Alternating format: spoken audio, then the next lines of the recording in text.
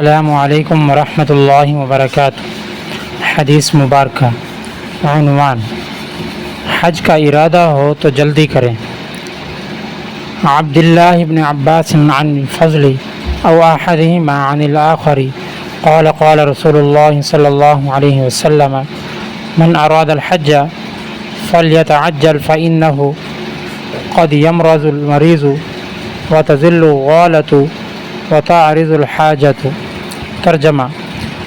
حضرت عبداللہ بن عباس یا حضرت فضل بن عباس رضی اللہ عنہم سے روایت ہے، رسول اللہ صلی اللہ علیہ وسلم نے فرمایا، جو شخص حج کا ارادہ رکھتا ہو تو اسے چاہیے کہ جلدی کرے، کیونکہ ممکن ہے آدمی بیمار ہو جائے یا اس کے سواری گم ہو جائے یا کوئی اور ضرورت پیش آ جائے جس کی وجہ سے وہ حج نہ کر سکے۔ رواہ سنن ابن ماجہ،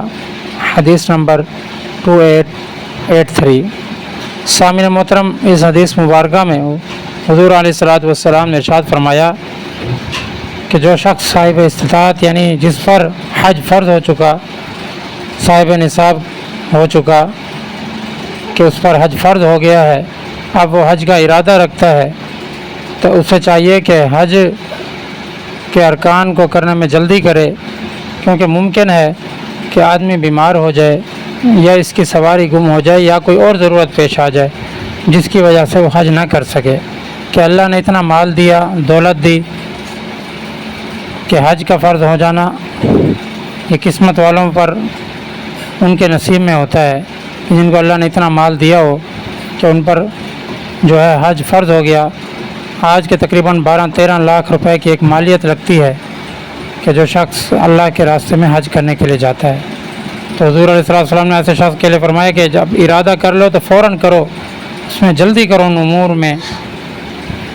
کوئی ایسا نہ ہو کہ اللہ نہ کرے کوئی ایسے معاملات پیدا ہو جائیں، ایسے کوئی اسباب پیدا ہو جائیں یا کوئی ایسی بیماری مرض لائق ہو جائے کہ جس کی وجہ سے حج ایک عظیم عبادت ہے اس سے محرومی ہو جائے۔ تو اس لیے نیکی کے کاموں میں تو ویسے ہی دیر نہیں کرنی چاہیے کہ کوئی بھی خیر امور ہیں، جتنے بھی بھلائی والے کام ہیں تو ان میں بڑھ چڑھ کر حصہ لینا اور ان کو صحیح طریقے سے پورا کرنا چاہیے، کیونکہ حدیث پاک میں آیا ہے کہ جب انسان اس دنیا سے جاتا ہے تو سب چیزیں یہیں چھوڑ جاتا ہے، لے کے جاتا ہے تو اپنے اعمال صالحہ اور نیک اولاد یا وہ چیزیں جو اللہ کے راستے میں اس نے فی سبیل اللہ جو ہے ان کو صرف کیا، یا خواہ جیسے درخت ہے اس کے چھاؤں میں لوگ بیٹھتے ہیں اس نے نصب کیا تو اس کا ثواب اس کو ملتا رہے گا، یا نلکا اللہ کے راستے میں لگایا لوگ اس سے پانی پیتے ہیں، یا مساجد بنوا کر چلا گیا کہ اللہ کی عبادت ہو رہی، اس طرح کے جتنے بھی بھلائی کے کام ہیں اس نے کیے تو اس کا اجر اس کو ملتا رہتا ہے۔ تو اس لیے بھلائی کے کاموں میں بڑھ چڑھ کر حصہ لینا چاہیے، اس میں تاخیر نہیں کرنی چاہیے۔ اللہ رب العزت ہمیں ان باتوں پر عمل کرنے کی توفیق عطا فرمائے۔ وآخر دعوانا ان الحمد للہ رب العالمین۔